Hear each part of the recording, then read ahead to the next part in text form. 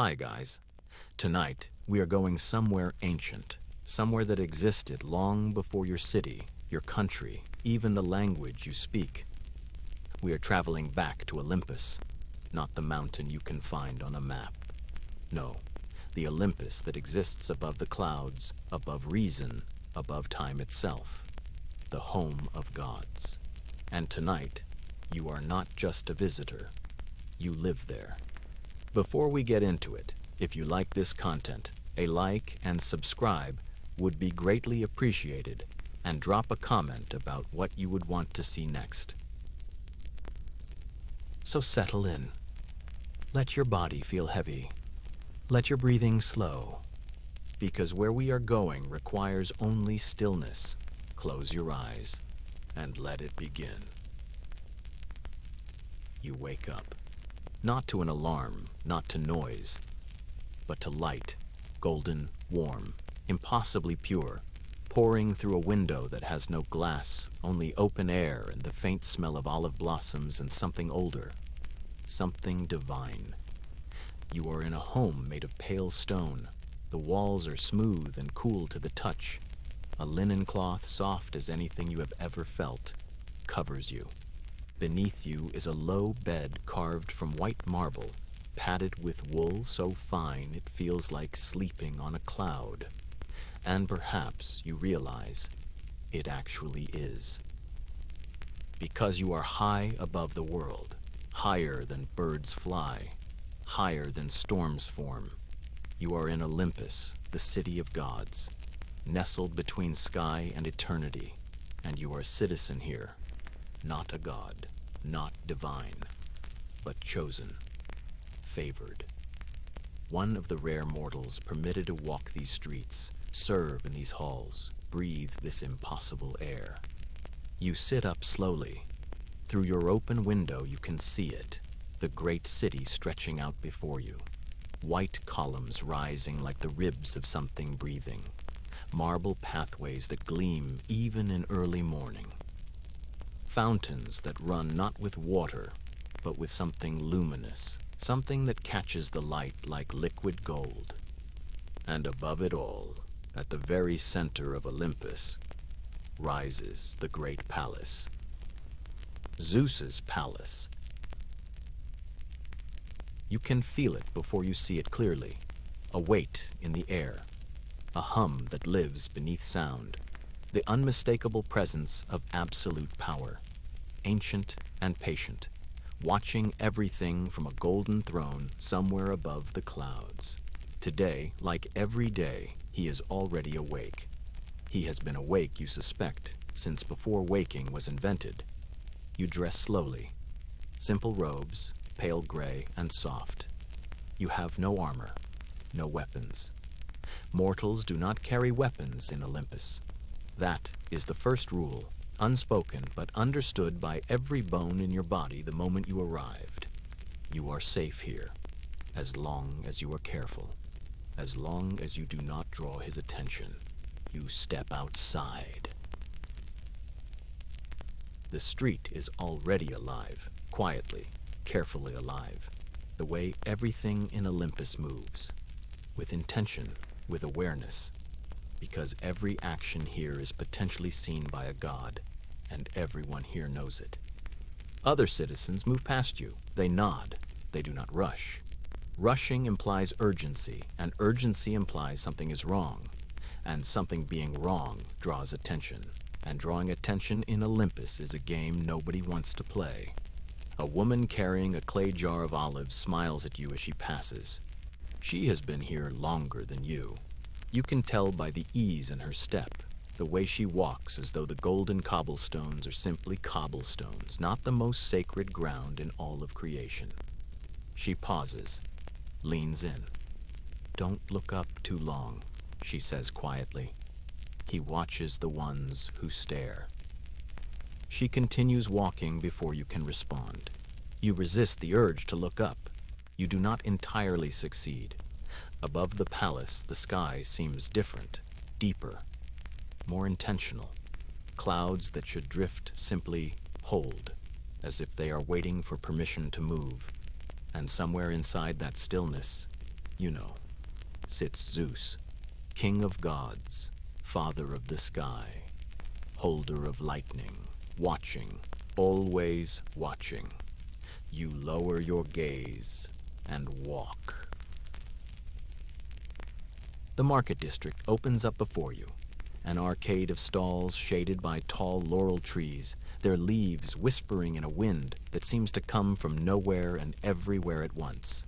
You can smell bread baking somewhere and something floral, almost too sweet, like the nectar that the gods drink, ambrosia, the scent of it bleeding into the air from somewhere deep inside the palace grounds. You are not allowed to eat ambrosia. No mortal is. It would make you immortal, and Zeus does not permit mortals to become gods without his explicit blessing. Even a single taste without permission is said to be punishable. The woman with the olives said a man tried it once, decades ago. Nobody saw him leave. You buy bread, plain, warm, perfect bread. It is the best thing you have ever tasted, because even the grain here is touched by something divine. You eat slowly. You breathe. You remind yourself to be small, be quiet, be grateful. It is not a hard thing to be grateful for here. Not when the air tastes like this. Not when the light falls like this. Not when everything around you is achingly, impossibly beautiful. But beneath the beauty, always, is the weight, the hum, the knowledge. He is up there. Every morning, without exception, the citizens of Olympus perform the ritual. It is not optional. It is not suggested. It simply is. Like breathing, like the sun rising. Something that happens because the alternative is unthinkable. You join the quiet procession moving toward the great temple at the heart of the market quarter. Dozens of people, priests in white robes leading the way, their steps perfectly measured, their faces serene in the practiced way of people who have made peace with devotion. The Temple of Zeus is not the largest building in Olympus. The palace is larger, but it is the most present, the most felt. Its columns are carved from a stone you do not have a name for, pale gold and faintly warm to the touch even in the coolest hours of morning. The steps are worn smooth by centuries of footsteps, by generations of people exactly like you, coming to do exactly this. You take a small clay dish from a pile near the entrance. Inside it is a pinch of grain, a drop of olive oil, a single dried flower, white with petals so thin they are nearly translucent. The priest at the front begins. "Great Zeus," he says, and his voice is neither loud nor soft. It is simply the correct volume for addressing the King of Gods, Father of the sky, holder of thunder, sovereign of Olympus and all the world beneath it. We offer this morning, as we offer every morning, our breath, our work, our loyalty. We ask only that your gaze remains a blessing and not a storm. Around you, 100 hands tip their clay dishes. Grain falls, oil gleams, flowers drift. You tip yours. And for a single moment the air changes, warmer, closer, as though something vast and ancient bends toward you, not toward you specifically, but toward all of you, and notices, simply notices, the way a king seated on a throne might glance out over a courtyard full of subjects and register without particular emotion that they are there. The feeling passes in a heartbeat. The priest exhales. The procession disperses. You walk away feeling strangely calm and strangely seen in equal measure. By midday, the city is fully alive as a city under divine surveillance ever gets. There is music somewhere, a lyre patient and wandering, its melody drifting from an upper window along the eastern arcade. Children chase each other between the columns of a public garden, laughing the way only children can, without checking first whether they should. You sit near the central fountain and watch. The water here, if it is water, flows upward for a moment before cascading down, a trick of divine engineering that nobody thinks to explain and nobody thinks to question. It catches the light in ways that make your eyes feel rested just from looking at it. A man sits beside you, older, white-haired, a craftsman by the look of his hands, ink-stained, calloused, carrying the particular wear of someone who makes things with enormous care. "First week?" he asks. "Third month," you answer. He nods as though this is exactly right.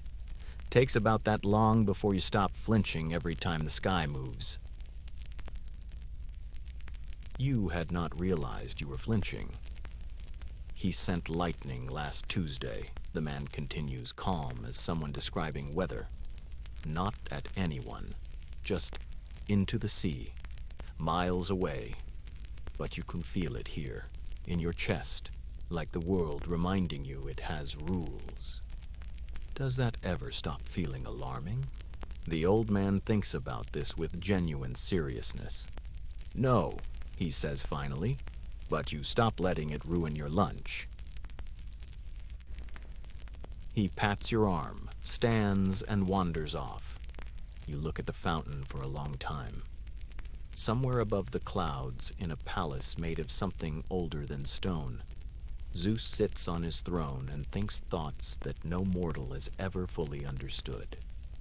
He watches the sky. He watches the sea.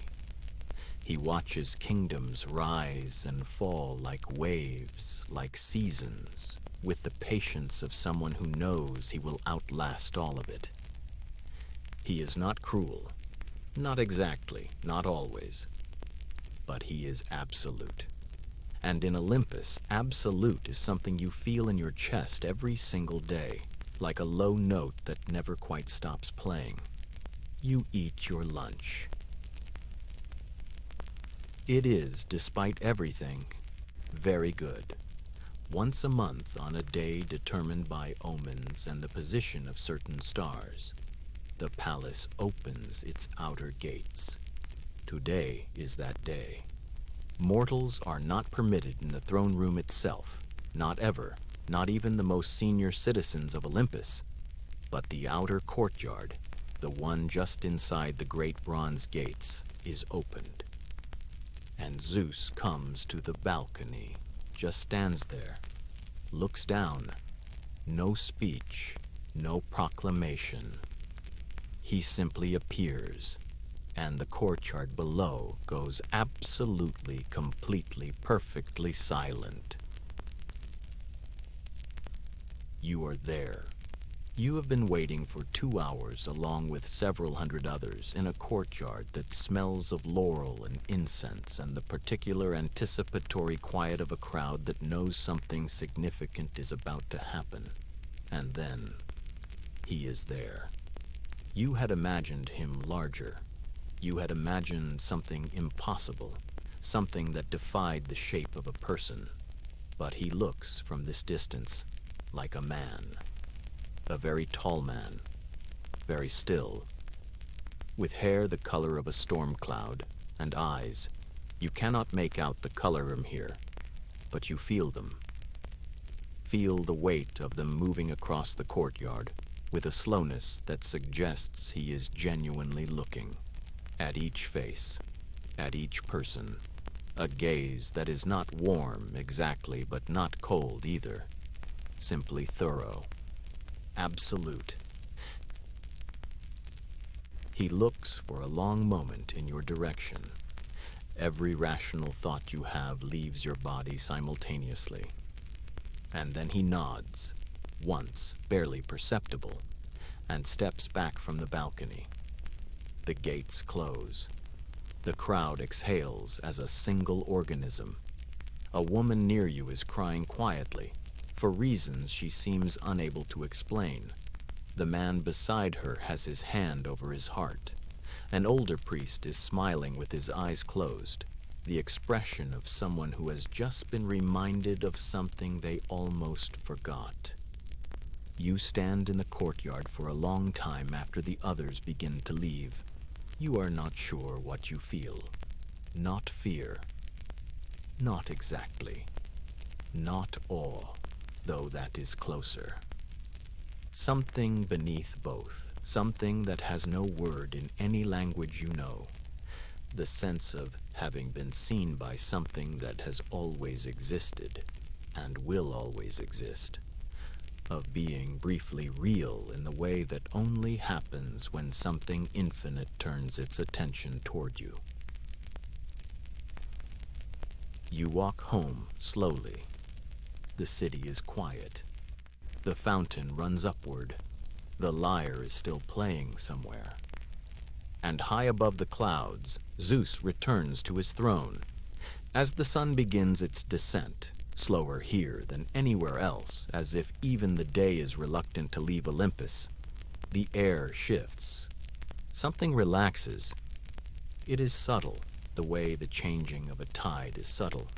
You would not notice it if you had not learned to watch for it.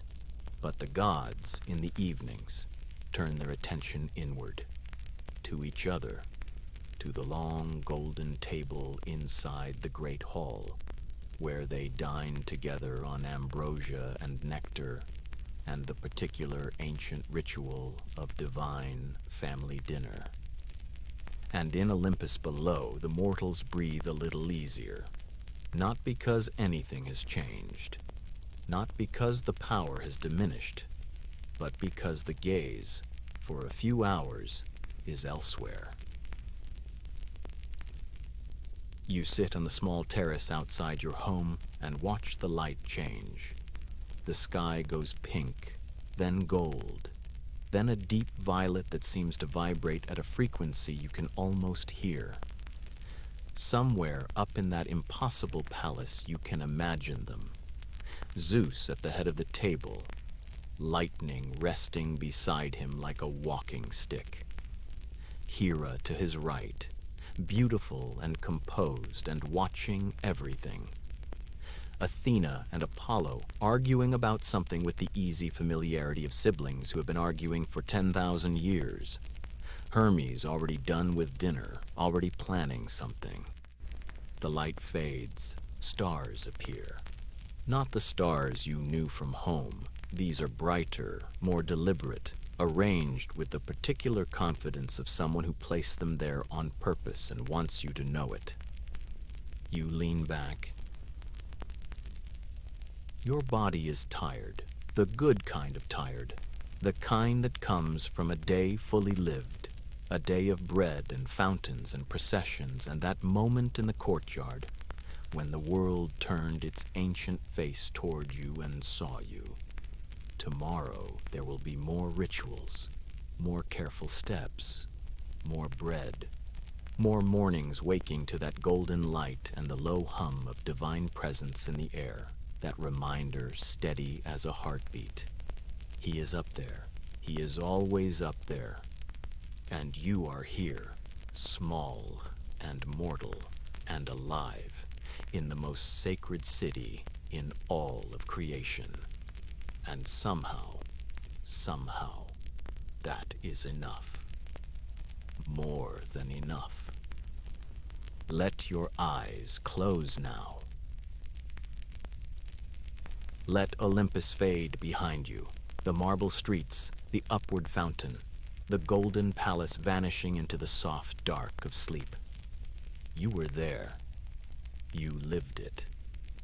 And Zeus on his throne above the clouds counted you among the seen. Even here, you are safe.